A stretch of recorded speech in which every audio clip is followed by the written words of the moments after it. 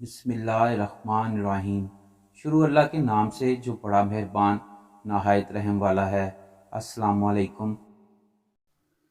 ایک نیک بادشاہ کے دور میں کسی فحشہ عورت نے 4 جگہ باقاعدہ شادیاں رچا رکھی تھیں۔ ایک سے خرچہ پانی لیتی، کچھ عرصہ گزارتی اور پھر میکے کے جانے کے بہانے دوسری جگہ جا کر مال بٹورنے پہنچ جاتی۔ بات نکلتے نکلتے سرکاری دربار تک جا پہنچی۔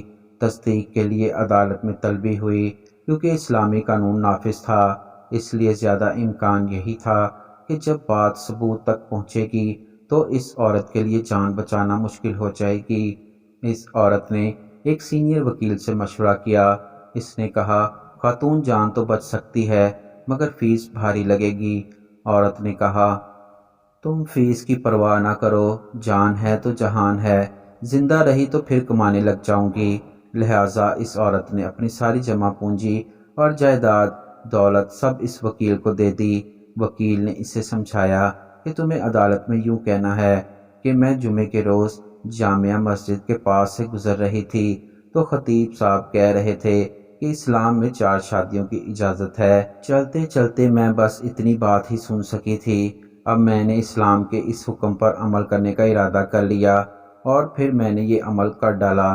مجھے نہیں معلوم تھا کہ یہ حکم صرف مردوں کے لیے تھا، عورتوں کے لیے نہیں۔ محترم ناظرین، پتہ نہیں اس عدالت نے اس مقدمے کا کیا فیصلہ سنایا ہوگا، مگر چلتے چلتے آدھی بات کو سن کر ادھورے اسلام پر عمل کرنے کا رواج اب روز بروز بڑھتا جا رہا ہے۔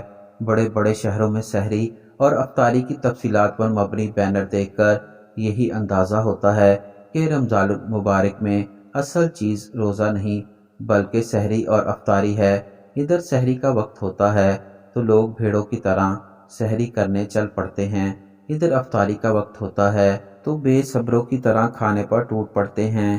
کہنے کا مطلب صرف یہ ہے کہ ہم دین اسلام سے دوری اختیار کرتے ہوئے دنیا داری میں اپنی حرص اور طمع کے مریض بن چکے ہیں۔